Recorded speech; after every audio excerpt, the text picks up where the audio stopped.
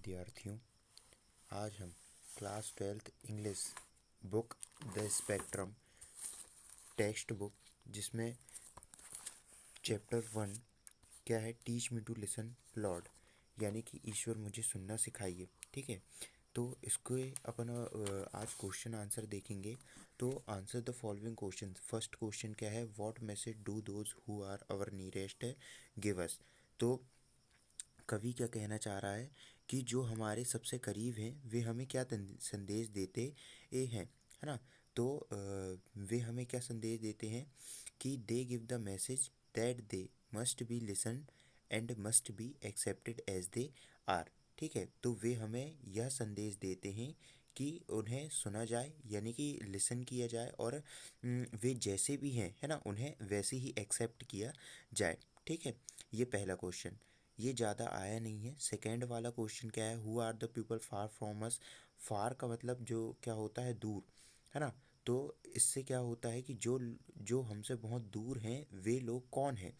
तो ये बहुत ज़्यादा बार आया है सबसे इस चैप्टर में, ये लेसन में। ठीक है, तो इसका आंसर क्या है कि these are people who have no ray.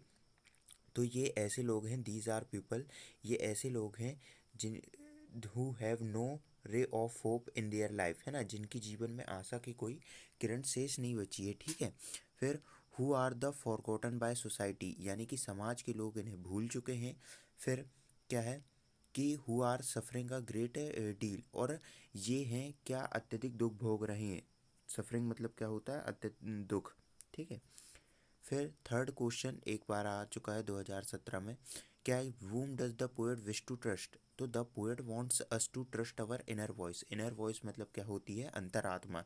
तो कवि किस पर विश्वास करने को कह रहा है इस पर, तो कवि अंतरात्मा पर विश्वास करने के लिए कह रहा है। ठीक है, फिर when does the poet wish to listen to the voice of God. तो कवि कब ईश्वर की आवाज़ को ध्यानपूर्वक सुनने के लिए कहता है, तो the poet wants us to listen to the voice of God, है ना, यानी कि कवि चाहता है कि हम ईश्वर की आवाज़ उस समय सुने जब हम अत्यधिक बिजी हों, है ना। When we are very busy, जब हम अत्यधिक बिजी हों, और जब हम क्या है, मतलब जैसे अलाली वाली दशा होती है ना, उबासी आती है वो वाली, है ना, यानी कि बोर हो रहे हों अपन, वो वाला, है ना। तो क्या है, when we are very busy, जब हम अत्यधिक व्यस्त हों, और गेटिंग बोरेड, यानी कि जब हम आलस से भरे हों। ठीक है, फिर when we are certain about something. तो क्या है कि जब हम किसी के बारे में निश्चित मुद्रा में सोच रहे हों कि ये वही है ना।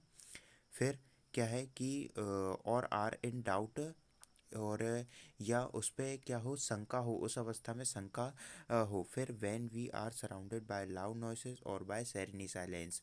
तो क्या है कि जब हम कोलाहल पूर्ण वातावरण में हों या शांत प्रशांत वातावरण में हों, तब हमें ईश्वर की आवाज़ सुननी चाहिए।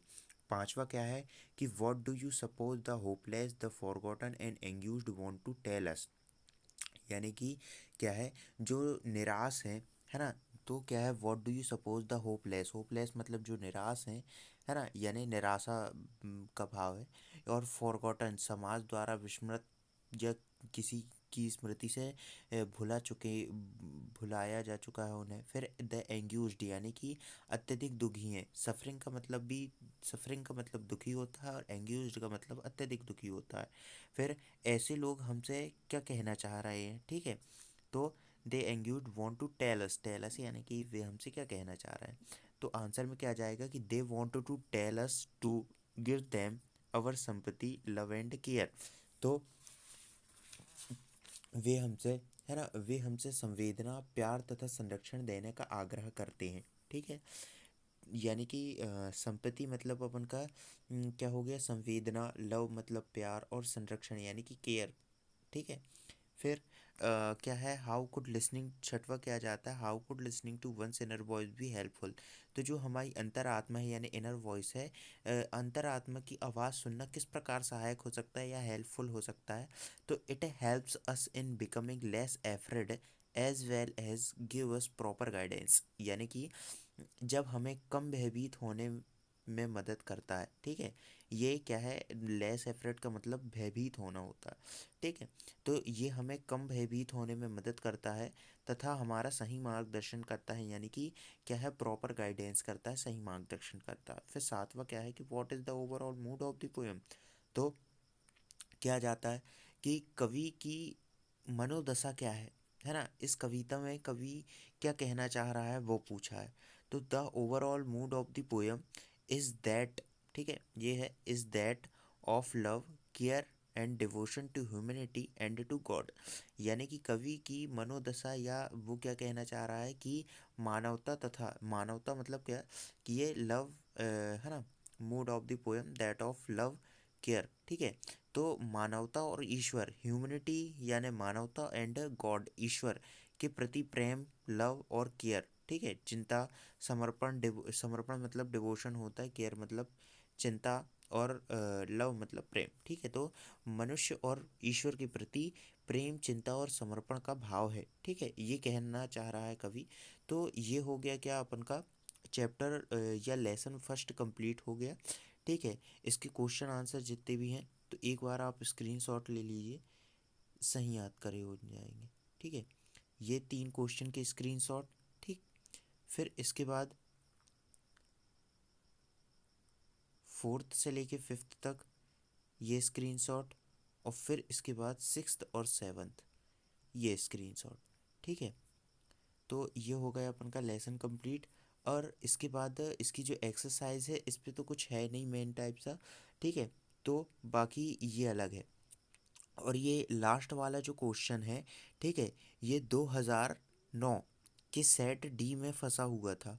ठीक है, तो यदि आपको 2009 के चारों सेट चाहिए जो एमपी बोर्ड में आते हैं तो वो आप कमेंट कर सकते हैं। ठीक, तो 2009 से लेके आपको 2020 तक के पेपर प्रोवाइड कर दिए जाएंगे यदि आप कमेंट करते हैं तो। ठीक है, थैंक यू।